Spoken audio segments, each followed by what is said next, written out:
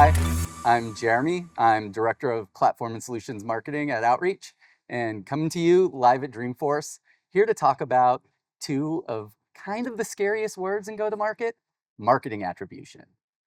We're here live at Dreamforce, and as a marketer, we invest a ton in the experience here. It's not just the booth, it's the on-site meetings, it's the VIP experience, it's the customer happy hour, it's the partner meetings. We have all sorts of different activations here. And at the end of the day, we've got to deliver for the business. Someone's going to ask me, where's the ROI? And luckily, Outreaches allows me to pop out and show them just what we're getting out of this event. It all comes down to the sequence reporting. Now, there's been a lot of controversy these days about basic email tracking, email open rate, click rate. Outreach goes beyond that, and as a marketer, it's giving me metrics that matter.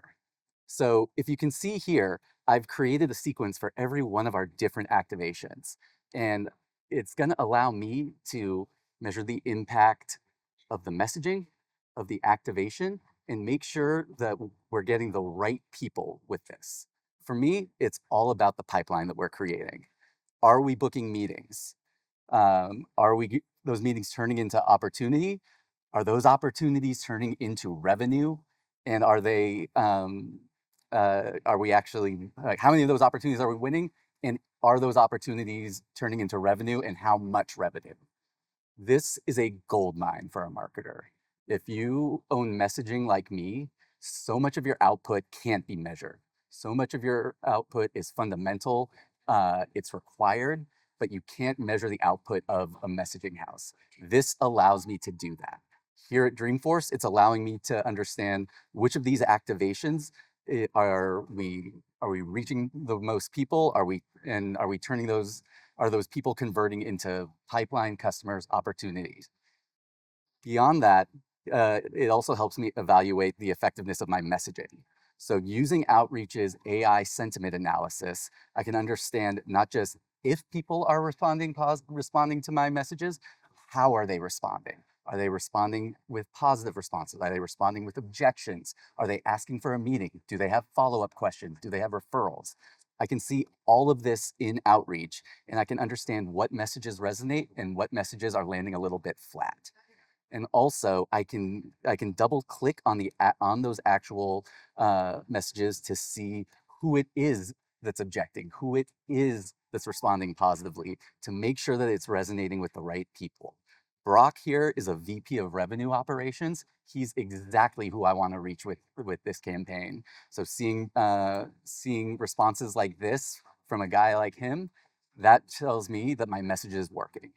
So this has changed the game for me when it comes to measuring the ROI of an event like Dreamforce. But I can do this with every type of messaging I put out into the market. Have we taken our product messaging a new direction?